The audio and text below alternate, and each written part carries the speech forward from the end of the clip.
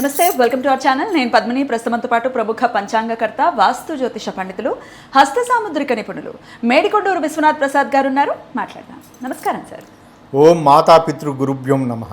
నమస్కారం సార్. అస్ట్రాలజీని సుమారు 35 సంవత్సరాల నుంచి మీరు ప్రాక్టీస్ చేస్తున్నారు. అస్ట్రాలజీయే కాదు, వాస్తు కానీ, హస్త సాముద్రికం కానీ, అలాగే రత్నాలకి సంబంధించి కూడా చెప్తూ ఉంటారు. మీరు రెమెడియల్ మెషర్స్లో భాగంగా రత్నాలని కూడా మీరు సజెస్ట్ చేస్తుంటారు. I right sir? అవునండి. అయితే సార్, అలాగే మంత్రశాస్త్రం మీద కూడా మంచి గ్రిప్ ఉంది. మంత్రం కూడా ఇస్తూ ఉంటారు. అంటే వాళ్ళ జన్మ జాతకాన్ని బట్టి మంత్రాన్ని కస్టమైజ్ చేసి ఇవ్వటం, తయారు చేసి ఇవ్వటం అనేది చేస్తూ ఉంటారు. నాకు కూడా సెల్ఫ్ ఎక్స్పీరియన్స్ ఉంది. నాకు ఈ చర్మ సమస్య వచ్చినప్పుడు అమ్మ బాబోయ్ 10 ఏళ్ళు నేను నరకం చూశాను. జస్ట్ 3 monthsలో అలా తుడిచేసి మ్యాజిక్ ఏదో చేశారు మీరు. సో నా విషయంలో నేను ఎందుకు చెప్తున్నానంటే, నాలా సఫర్ అయ్యే వాళ్ళు బయటపడాలి ఆ సమస్యల నుంచి అన్న ఉద్దేశంతోనే ఇవన్నీ మెన్షన్ చేయడం జరుగుతుంది. ఎందుకంటే ఇదంతా రివ్యూ ప్రపంచం. ఎవరు రివ్యూ ఏంటి రివ్యూస్ చూడటం అనేది మనం అలవాటు పడిపోయాం. సో నాకు ఈ పచ్చని మీరు పెట్టండి అని చెప్పటం జరిగింది. 10 ఏళ్ల సమస్యని 3 నెలల్లో నేను ఇంచుమించు 3 months లోపే నేను బయటపడడం జరిగింది. మీకు తెలుసో తెలీదో ఇప్పుడే చెప్పేస్తానండి, చేసిన పాపం చెప్తే పోతుందని. అదేంటి అంటే, మరి కాంట్రడిక్షన్స్ ఉంటాయి కదా. పచ్చని ఎవరైనా సిల్వర్లో పెడతారా అని చెప్పి ఎవరో నాకు తెలిసిన వాళ్ళు ఇలా అనటం, గోల్డ్లోనే పెట్టాలి, సిల్వర్లో పెడితే ఇంకే ఉంది, బ్రహ్మాండం బద్దలైపోతుంది అన్నట్టుగా మాట్లాడారు. సో అప్పుడు నేను దీన్ని తీసేయడం జరిగింది. ఒక 10-15 days మళ్ళీ ఆ సమస్య మళ్ళీ రావటం, మళ్ళీ చర్మ సమస్య మళ్ళీ ఉధృతిగా వచ్చేయటం, మళ్ళీ క్షమాపణ చెప్పి మళ్ళీ పెట్టుకోవడం జరిగింది, మళ్ళీ తగ్గటం. ఏంటి సార్ ఇంత మ్యాజిక్ ఈ రాళ్లల్లో? నా కాంటెక్స్ట్ ఇది. రాళ్లల్లో అంటే జమ్ స్టోన్స్లో ఇంత మహిమ ఉందా? మీరైతే ఎలా ఇస్తూ ఉంటారు? జమ్ స్టోన్స్ని ఎట్లా రిఫర్ చేస్తూ ఉంటారు? ఎవరెవరు ఎలా ధారణ చేసుకోవచ్చు? అసలు పచ్చ గురించే ఫస్ట్ మనం మాట్లాడుకుందాం. పచ్చ అనే టాపిక్ వచ్చింది కాబట్టి పచ్చలు ఎవరెవరు ధారణ చేయొచ్చు చెప్తారా? తప్పకుండా అండి. జ్యోతిష శాస్త్రంలో సహజంగా మనకి సహజ శుభులైన బుధ, గురు, శుక్ర, చంద్రగ్రహాలకు సంబంధించి వాటికి సంబంధించిన నవరత్నాలను ఎవరైనా ఉపయోగించుకోవచ్చు. కానీ బుధునికి సంబంధించి ప్రత్యేకంగా ఏమిటంటే, బుధుడు తత్వం ఏ గ్రహం పక్కన ఉన్నట్లయితే ఆ గ్రహం యొక్క లక్షణాలను ఇస్తూ ఉంటాడు అనే ఒక ప్రత్యేకమైన సూత్రం ఉంది. ఈ కారణం చేత బుధునికి సంబంధించి ఏదైనా శాంతి విధానాలు ఆచరించుకునే సన్నివేశాలలో, లేదా రత్నాలకు సంబంధించి ఏదైనా సజెస్ట్ చేయవలసిన సన్నివేశాల్లో మనం పక్కనున్న గ్రహం అంటే ఎవరితోటి కలిసి ఉన్నాడు అని, సహజంగా బుధుడు రవితోటి కలిసి ఉండే సందర్భాలు ఎక్కువగా ఉంటాయి. తదుపరి శుక్రునితోటి కలిసి ఉండే సందర్భాలు ఉంటాయి. శనితోటి కూడా కలిసి ఉండే పరిస్థితులు ఉంటాయి. కానీ సహజ మిత్రుడు కాబట్టి శనికి సంబంధించి కొంత ఇంపాక్ట్ తక్కువగా ఉండే అవకాశం ఉంటుంది. రాహుకేతులతో కలిసి ఉంటే అటువంటి సందర్భాల్లో ఎక్కువగా ఉంటుంది. బుధుని యొక్క ప్రభావం నెగటివ్ ప్రభావం. అంటే మాట తీరులో వీటన్నిటికి సంబంధించి, వారి వ్యక్తీకరణకు సంబంధించిన విషయాలు ఏదైనా చెప్పటం, కమ్యూనికేషన్ సంబంధించిన దాంట్లో లోపాలు ఉండటం అనేది ఉంటుంది. కొన్ని సందర్భాల్లో రాహుతోటి ఉన్నప్పుడు వారు మేధోపరంగా చాలా చక్కగా ఉంటూ ఉంటారు. అంటే ఇప్పుడు మనం చూస్తూ ఉంటాం, సాఫ్ట్వేర్ రంగానికి సంబంధించిన వారిలో క్రొత్త రకంగా ఆలోచిస్తూ ఉంటాం, క్రొత్త విషయాలను తెలుసుకోవాలనుకోవటం, ఇటువంటి లక్షణాలు ఉంటూ ఉంటాయి. కాబట్టి కానీ కుజునితోటి కలిసి ఉన్న సందర్భంలో వారి వ్యక్తిత్వంలో మనం గమనించదగిన మార్పులు మనకు కనపడుతూ ఉంటాయి. ఉదాహరణకి ఇంపల్సివ్గా మాట్లాడుతూ ఉండటం, ప్రతి దానికి రిటార్డ్గా సమాధానం చెప్తూ ఉండటం, ఒక చిన్న మాట అంటే 10 మాటలకు సమానమైన సమాధానం చెప్తూ ఉండటం, ఎదుటివారు హర్ట్ అయ్యే విధంగా చేస్తూ ఉండటం. అలానే కాకుండా కొన్ని సందర్భాల్లో వారు ఎవరి నుంచి రెస్పాన్స్ రాకపోయినా ఎదుటివారిని కదిలించుతూ ఉండటం, ఇటువంటి లక్షణాలు. అంటే వాళ్ళ మాటల ద్వారా, సూదుల ద్వారా సూది గుచ్చుకున్నట్లు చెప్పే, వ్యక్తీకరించే మాటల ద్వారా ఎదుటివారిని బాధ పెడుతూ ఉంటూ ఉంటారు. ఓన్లీ గ్రహంతో కలిసి ఉన్నప్పుడేనా సార్? లేకపోతే ఈ బుధుడు వెళ్ళి కుజ నక్షత్రాల్లో ఉన్నాడు అనుకోండి, ఎటువంటి ఫలితాలను ఇస్తాడు? సహజంగా జ్యోతిష శాస్త్ర ప్రామాణిక సిద్ధాంతం ఏమిటంటే, ఏ గ్రహాన్నైనా అంచనా వేసే స్థితి స్థూలాలాట్ అండ్ సూక్ష్మాలాట్. అంటే ఆ రాశ్యాధిపతి మరియు ఆ నక్షత్రంలో ఏ నక్షత్రంలో అయితే ప్లేస్ చేయబడి ఉన్నాడో ఆ నక్షత్రానికి సంబంధించి. కొన్ని సందర్భాల్లో కుజ నక్షత్రాల్లో బుధుడు ప్లేస్ చేయబడి ఉన్నప్పుడు కుజుని యొక్క తత్వం ఉంటుంది. కొద్దో గొప్ప వారు ఇంపల్సివ్గా వ్యవహరించే తత్వాలు ఉంటాయి. కానీ జాతక చక్రంలో కుజునితోటి ఏదైనా అశుభ దృష్టి, మనం ముఖ్యంగా 90 degrees కోణస్థితి, 180 degrees కోణస్థితి, లేదా కంజంక్షన్, ఇటువంటివి ఉన్న జాతకం అనుకోండి, వారు ఖచ్చితంగా వారు వ్యవహరించే తీరు ఎదుటివారు గుర్తించే విధంగా ఉంటుంది. అంటే ఎదుటివారు హర్ట్ అయ్యి గుర్తించే విధంగా ఉంటుంది. ఇందాక మీరు ప్రస్తావించిన విధంగా సహజంగా చర్మానికి సంబంధించిన సమస్యలకు వీటన్నిటికీ అన్నారు కదా, వీటికి సంబంధించి నేను రత్నశాస్త్రానికి సంబంధించిన దాంట్లో నేను కేవలం అదృష్ట రత్నాలకు సంబంధించి నేను ఎక్కువ కాన్సన్ట్రేట్ చేయలేదు. అంటే ఈ రత్నం పెట్టుకుంటే, ఈ నవరత్నం పెట్టుకుంటే ఇది మీకు చాలా ఉపయోగకరంగా ఉంటుంది, బోల్డ్ ఎంత డబ్బులు వచ్చేస్తాయి, అటువంటి విషయాల మీద నేను కాన్సన్ట్రేట్ చేయలేదు. నా ప్రాక్టీస్లో అదృష్ట రత్నాలను సజెస్ట్ చేసిన సందర్భాలు చాలా తక్కువ. కానీ వైద్యపరమైన విషయాలకు సంబంధించి, ముఖ్యంగా ఆటో ఇమ్యూనిటీ డిజార్డర్స్ సంబంధించి వీటన్ని, అంటే మందులు పనిచేయని ఆధునిక వైద్య విధానాలు పనిచేయని సన్నివేశాల్లో వీటన్నిటికి సంబంధించి, వ్యక్తిత్వ లోపాలకు సంబంధించి, వీటికి సంబంధించి రాళ్ళను సజెస్ట్ చేయటం, ఈ రత్నాలను సజెస్ట్ చేయటం అనేది కుదురుతుంది. కానీ క్యాన్సర్స్ లాంటి పెద్ద పెద్ద రోగాలకు కూడా ఏమైనా సజెస్ట్ చేసిన సందర్భాలు ఉన్నాయి. ఫర్ ఎగ్జాంపుల్ ఎటువంటిది ఇస్తారు? సే బ్రెయిన్ ట్యూమర్ అనుకుందాం, ఎటువంటిది సజెస్ట్ చేస్తారు? దానికి వారి జాతక విశ్లేషణ చేసుకున్న తర్వాత 2 రకాల పద్ధతులు. జాతక విశ్లేషణలో ఏ గ్రహం అనుకూలంగా ఉంది, ఏ గ్రహం ప్రతికూలంగా ఉంది. సహజంగా క్యాన్సరస్ మ్యాలిగ్నెంట్ సంబంధించిన ఏదైనా సమస్య ఉన్నది అంటే దానికి శని యొక్క కారకత్వం ఖచ్చితంగా ఉండాలి. కాబట్టి శని సంబంధించిన ప్లేస్మెంట్ ఇదంతా చూసుకున్న తర్వాత 2 రకాల పద్ధతులను అవలంబించాలి. అనుకూల పద్ధతి, ప్రతికూల పద్ధతి. మనకు అనుకూలించే గ్రహాలు, ఆ గ్రహాలకు సంబంధించి ఇవ్వవలసిన రత్నాలు, వాటి గురించి అనేది చూసుకోవటం. లేదా ప్రతికూల పద్ధతి అంటే ఏ గ్రహాలు అనుకూలించట్లేదు ఆ గ్రహాలకు సంబంధించి ఏదైనా రత్నాలను సజెస్ట్ చేయడం. ప్రతికూలించే గ్రహానికి సంబంధించిన రత్నం కూడా ఇస్తారు. అవునండి. అయితే ఇక్కడే నా ప్రశ్న కూడా ఉంది సార్. కాంట్రడిక్షన్స్ అనేవి వచ్చేస్తూ ఉంటాయి. పెట్టాము అంటే చాలు, ఎవరు చెప్పారండి ఈ రత్నం పెట్టుకోమని, ఇంకేమైనా ఉందా, అయిపోయింది మీ పని అని చెప్తుంటారు.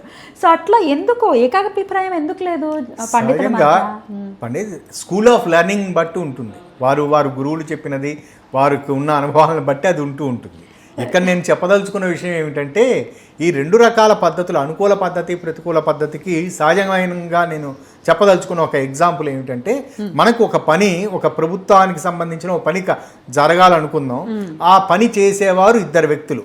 ఒకరిని మనం వ్యతిరేకించే ఒక వ్యక్తి, పరిచయం ఉన్న వ్యక్తి, ఒకరు బాగా మనకు అనుకూలించే వ్యక్తి, బాగా మనకు ఫ్రెండ్గా ఉండే ఒక వ్యక్తి. ఈ 2 వ్యక్తులు మనకి ప్రభుత్వ పరంగానో లేదో పని చేయటానికి మనకు సహకరించే వ్యక్తులు, వాళ్ళ ద్వారా పనులు అవుతూ ఉంటాయి. మనం ప్రతికూలించే వ్యక్తిని కలిసామనుకోండి, అతను ప్రొఫెషనల్ అనుకుందాం. కలిసినప్పుడు అతను ఆ పని చేయడానికి కావాల్సినంత ఫీజు తీసుకుంటాడు, మన పని చేసి పెడతాడు, దాని తర్వాత కామ్గా ఉంటాడు. ఎందుకంటే అతనితోటి మనకి ఎమోషనల్ బాండేజ్ కానీ ఇటువంటిది ఇద్దరి మధ్య లేదు కాబట్టి. కానీ అదే అనుకూలించే వ్యక్తి తోటి మనం పని చేయించుకుందాం అనుకోండి, బహుశా ఇంచుమించు ఇటువంటి ఫీజే తీసుకుంటాడు అతను, కానీ అతనితోటి కాంటాక్ట్ ఎక్కువ కాలం ఉంటుంది. ఏమిటి, దాని తర్వాత భవిష్యత్తులో మరలా ఏదైనా సమస్య పునరావృతమైన సన్నివేశంలో మరలా అతను మనకు సహాయపడే పరిస్థితులు ఉంటుంటాయి. ఈ రెండిట్లో ఈ అనుకూలించే వ్యక్తిని సెలెక్ట్ చేసుకోవాలా, ప్రతికూలించే వ్యక్తిని సెలెక్ట్ చేసుకోవాలి అనేది మనం డిసైడ్ అయ్యేది సమస్య తీవ్రతను బట్టి, అప్పుడున్న సందర్భాన్ని బట్టి.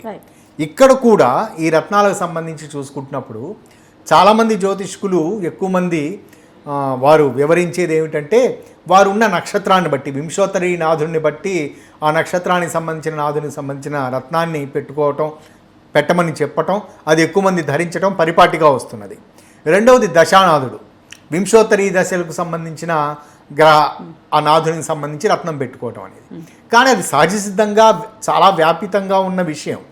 కానీ ఇక్కడ మెడికల్ ఆస్ట్రాలజీకి సంబంధించిన విషయాలలో నేను పాటించే పద్ధతుల్లో ఒకటి రత్నశాస్త్రానికి సంబంధించి ఒక రకమైన పద్ధతి, అంటే ఒక రకమైన రెమిడియల్ మెజర్స్లో ఒక పద్ధతిని ఆచరిస్తూ ఉంటాను. రెండవ పద్ధతి మంత్రానికి సంబంధించి బీజాక్షరాలతోటి కూడుకున్నది. రెండు కలిపిస్తారు కదా, నాకైతే అలాగే ఇచ్చారు. సహజంగా రెండు కలిపి ఇవ్వటం అంటే ఆ పొటెన్సీ వాళ్ళకి ఎంత అవసరం అవుతుంది. కొంతమందికి కేవలం రత్నం మాత్రమే సరిపోతుంది, కొంతమందికి కేవలం మంత్ర ఉచ్చారణ మాత్రమే సరిపోతుంది, కొంతమందికి రెండు కావాలి. కొంతమందికి రెండు అవసరం అవుతుంది. అది వారికి అవసరమైన పొటెన్సీని బట్టి. ఓకే. ఇందులో మీరు ముందు వివరించినట్లుగా చర్మానికి సంబంధించిన విషయానికి వచ్చినప్పుడు సహజంగా చర్మానికి సంబంధించి శరీరంలో పెద్ద అంగం, శరీరంలో పెద్ద పార్ట్ ఏంటంటే చర్మం. చర్మానికి సంబంధించిన నునుపుతనం, రంగు వాటన్నిటిని జాతక చక్రంలో విశ్లేషించే గ్రహం శుక్రుడు. రెండవది దానిపైన ఉండే పిగ్మెంటేషన్ డెవలప్ కావటం, ఇటువంటి ఏదైనా రంగులో మార్పులు.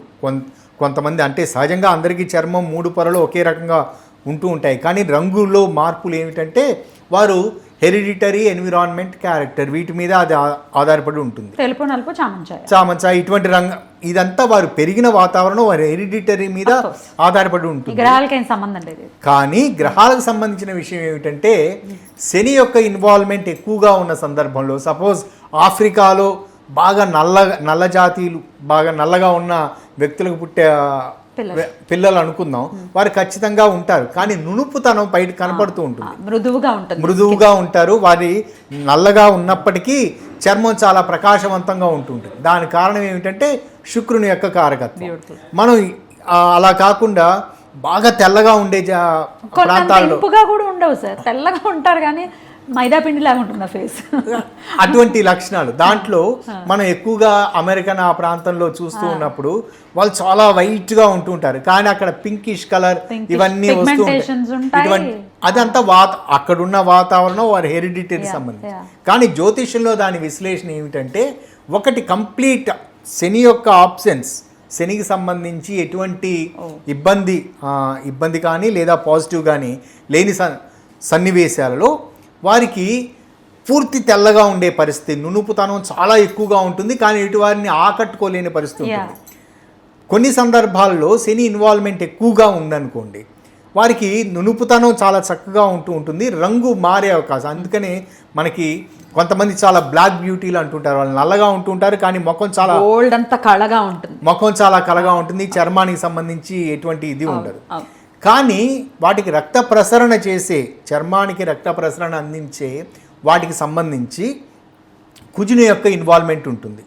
కాబట్టి ఈ 3 రకాల తత్వాలను మనం అంచనా వేసుకుంటూ వారికి ఏ కారణం చేత చర్మానికి సంబంధించిన సమస్య వచ్చిందనేది ఒక అవగాహనకు వచ్చిన తర్వాత ఇందులో ఈ 3టికి సంబంధించి ఏదైనా శాంతి విధానం ఆచరించాలా, వారి ప్రత్యేకంగా వాళ్ళ ఆహారపు అలవాట్లో ఏదైనా మార్పులు తీసుకురావాలా, లేదా వారికి ఈ రత్నానికి సంబంధించి ఏదైనా చేయాలా, లేకపోతే మంత్ర సాధనానికి ముందు ఎపిసోడ్స్లో వివరించినట్లుగా కొన్ని పద్ధతుల్లో, అంటే మనం షట్చక్రాలకు సంబంధించి ఒక ప్రత్యేకమైన షట్చక్రాలను ప్రేరేపించే విధంగా కొన్ని మంత్రాలను పొందుపరిచి ఇవ్వటం, మంత్ర సాధన చేయటం, ఇవి చేయాలా అనేది ఒక నిర్ధారణకు రావటానికి ఇక్కడ అనుకూల పద్ధతి, ప్రతికూల పద్ధతి ఇక్కడ అప్లై చేసుకోవాలి. అంటే మంత్రం ఇవ్వవలసినది అనుకూలించే గ్రహానికా ప్రతికూలించే గ్రహానికా అని, దాని తర్వాత రత్నం ఇవ్వవలసింది అనుకూలించే గ్రహానికా ప్రతికూలించే గ్రహానికా అని. ఇక్కడ కొన్ని సందర్భాలలో ఏమాత్రం సంబంధం లేని బుధునికి సంబంధించి ఇవ్వవలసి వస్తుంది. కొన్ని సందర్భాల్లో ఏమిటంటే మిగతా ఈ 3 గ్రహాలకు సంబంధించి మనం ఏ రకమైన పరిహారం ఎటువంటిది చేసినా అది ఫుల్ఫిల్ అయ్యే అవకాశం లేదు అని అనుకున్నప్పుడు రత్నశాస్త్రం ద్వారా ఇంకా పాజిటివ్గా ఏ గ్రహం అయితే ఉన్నదో ఆ గ్రహాన్ని ఇంకొంచెం బాగా పెంచుకోవటానికి అప్పుడు ఆ గ్రహం కూడా సపోర్ట్ చేస్తుందా సార్? దాన్ని చేస్తూ ఈ సమస్య నుంచి బయటపడడానికి హెల్ప్ చేస్తుందా? ఖచ్చితంగా చేస్తుంది. ఆ విధంగా ఒక గ్రహానికి సంబంధించి అంటే ఏదైతే బాగా చేస్తుందో ఆ గ్రహానికి సంబంధించి రత్నం ఇవ్వటం అనేది. అప్పుడు ఈ మిగతా 3 గ్రహాలకు సంబంధించి మనం ఈ చర్మానికి సంబంధించి అనుకున్నప్పుడు దానికి సంబంధించి మంత్రశాస్త్రం నుంచి మంత్రం ఇవ్వటం అనేది జరుగుతుంది. ఇందులో బుధునికి సంబంధించి ఇందాక మీరు అడిగిన ప్రశ్నలో బంగారంలోనే పెట్టుకోవాలి లేదా సిల్వర్లో పెట్టుకోవాలి అనేది, ఇది కూడా ఇది చెప్పే పద్ధతి ఏమిటంటే సహజ సిద్ధంగా అందరికీ ఉన్న నమ్మకం ఏమిటంటే సహజ శుభగ్రహాలకు సంబంధించి ఏది చేయించుకున్నా ఎక్సెప్ట్ చంద్రునికి సంబంధించి ఆయన తెల్లగా ఉంటాడు కాబట్టి ఆ ముత్యం కాబట్టి అది వెండిలో చేయించుకోండి అని చెప్తూ ఉంటారు. చంద్ర రిలేటెడ్ అని చెప్తూ ఉంటారు. కానీ ఇక్కడ కూడా ఈ ఏ లోహంతో చేయించుకోవాలి అనేది కూడా టేక్స్ ఇంపార్టెంట్ రోల్. బంగారంతో చేయించుకోవాలి అనే ఒక ప్రత్యేకమైన నియమం బహుశా మిగతా సాధారణంగా పెట్టుకునే పద్ధతుల్లో లేదా అదృష్ట రత్నాలను సూచించే జ్యోతిష్కులు ఆచరించే విధానం కావచ్చు. కానీ వైద్య జ్యోతిష్యానికి సంబంధించి చూసుకుంటున్నప్పుడు లోహాన్ని కూడా పరిగణలో తీసుకోవడం జరుగుతుంది. ఇక్కడ ఈ రత్నాన్ని అంటే పచ్చకు సంబంధించి చెప్పే విధానంలో మొదట అంచనా వేయవలసింది వేవ్ లెంత్ ఆఫ్ మెర్క్యూరీ. అంటే ఒకవేళ కొన్ని సందర్భాల్లో చర్మానికి సంబంధించి, కొన్ని సందర్భాల్లో పచ్చ చెప్తూ ఉంటాను, కొన్ని సందర్భాల్లో ఇంద్రనీలం, కొన్ని సందర్భాల్లో మయూర నీలం, ఇవి చెప్తూ ఉంటాను. వీటన్నిటినీ చెప్పటానికి ఏ దాంట్లో బహుశా బయట దొరికిన కేవలం ఆ రత్నాన్ని మాత్రమే పెట్టుకోండి అని చెప్పడం అనేది అట్లా ఉండదు. దానికి సంబంధించి ప్రత్యేకంగా ఎంత కొలతతోటి, ఎంత వెయిట్ తోటి అది తీసుకోవాలి అని, అండ్ ఏ షేప్లో ఉండాలనేది రెండవది షేప్.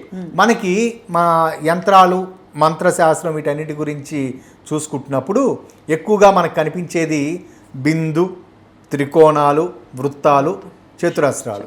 ఇవి కాకుండా ఈ వృత్తానికి సంబంధించి చూసుకుంటున్నప్పుడు స్పెరికల్ షేపులో ఉండటం, కొంచెం ఉబ్బుగా ఈ విధంగా ఉండటం. కాబట్టి ఇటువంటివే మనం ఇక్కడ పరిగణలో తీసుకోవటం. దాన్ని ఎలాగంటే ఏ గ్రహానికైతే ఇస్తున్నామో ఆ గ్రహం ఏ నక్షత్రంలో ఉన్నదో ఆ నక్షత్రానికి సంబంధించి నక్షత్రం యొక్క ముఖం ఎటువైపు ఉంది, ఊర్ధ్వముఖమా అధోముఖమా, ఇటువంటి ఆ తత్వం.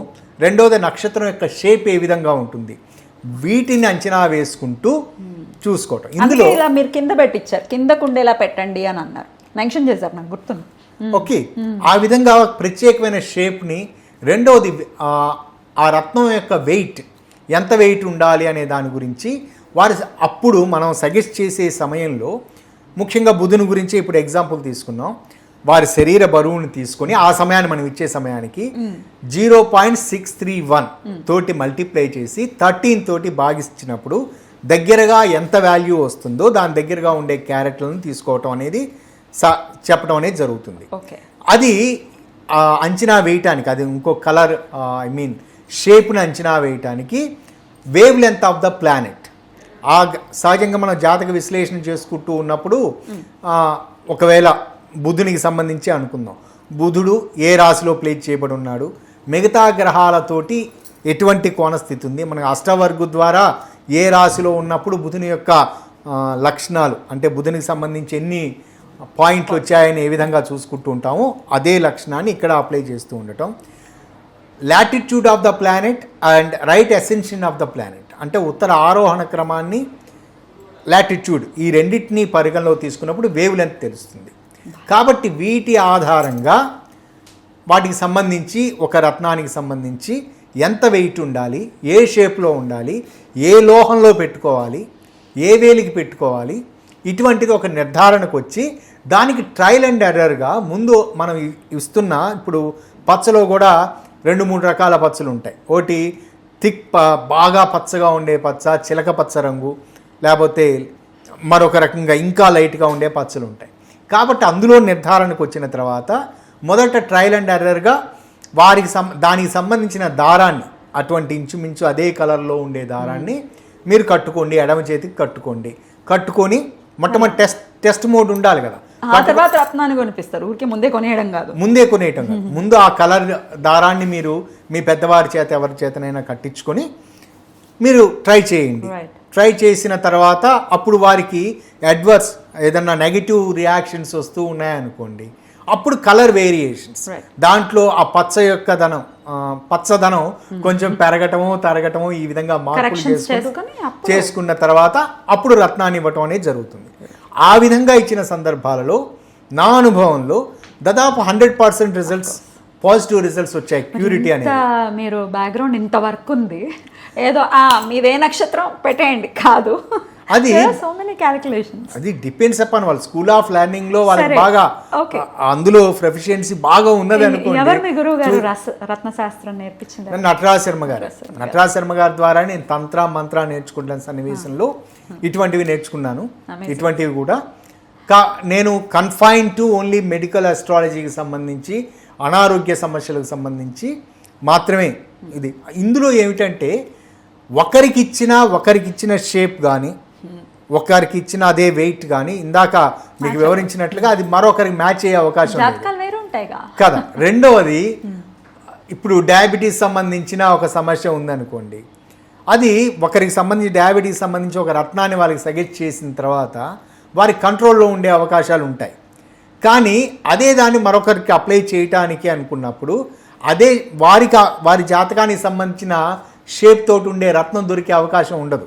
ఓకే, ఆ విధంగా దొరికినప్పుడు, అదే వెయిట్లో దొరికినప్పుడు సహజంగా బయట జరుగుతున్న పరిస్థితి ఏమిటంటే, మనం ఒక ప్రిస్క్రిప్షన్ లాగా ఒక సలహా రాసిస్తాం.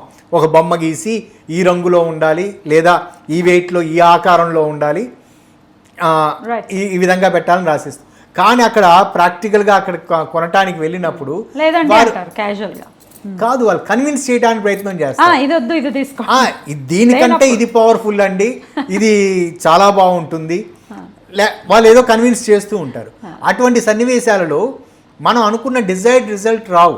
అంటే ఇమీడియట్గా ఈరోజు చెప్పిన వెంటనే దాని గురించి తిరిగి ఆ ఊరు మొత్తం, హైదరాబాద్ మొత్తం తిరిగి ఇదంతా దొరకట్లేదు అంటే దొరికేంత వరకు ఆగటం మంచిది. లేదా ఎవరు కన్విన్స్ చేశారు ఇది చాలా బాగుంటుంది, ఇది సహజంగా మేము ఇలా పెట్టేసుకుంటాం, నాకు ఇప్పుడు డ్రాప్ లాగా పడేలాగా తీసుకోండి త్రికోణం అని చెప్పారు. కాదు సార్ పవర్ఫుల్ అని చెప్పారని నేను చతురస్రం అంటే స్క్వేర్ షేప్లో తీసుకుంటా అంటే వర్కౌట్ అవ్వదు. న్యాచురల్గా అటువంటి ఇవ్వటానికి కారణం ఏమిటంటే ప్రతిదీ ఒకటి, అందులో కాంతి కిరణాలు వచ్చి కాంతి కిరణాలు అక్కడి నుంచి పరావర్తనం చెందటం, రిఫ్లెక్ట్ కావటం అనేది జరుగుతుంది.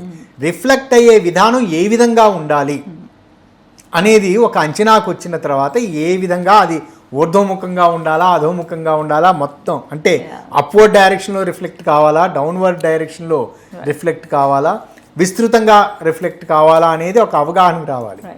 అది వారికి సరిపోతుంది. అలా కాకుండా మనం ఏదో దొరికినది మాత్రమే పెట్టుకుంటున్నాం అనుకున్నప్పుడు మనం కోరుకున్న డిజైర్డ్ రిజల్ట్ రాకపోవచ్చు, లేదా తక్కువగా రావచ్చు. Right, beautiful sir. ఆరోగ్యమే మహాభాగ్యం అని చెప్తారు. ఆరోగ్యానికి సంబంధించి మీరు తీసుకున్నటువంటి ఇదైతే మీరు చేస్తున్నటువంటి ప్రాక్టీస్ ఏమని చెప్పి కృతజ్ఞతలను ఆవిష్కరించాలి, ఎప్పటికీ రుణపడి ఉండటం తప్ప. గురుభ్యో నమః, అది గురువులకు చెందుతుంది. అందుకే అడిగాను కదా గురువు గారు ఎవరు అని చెప్పి, డెఫినెట్గా వారికి రీడైరెక్ట్ చేయండి.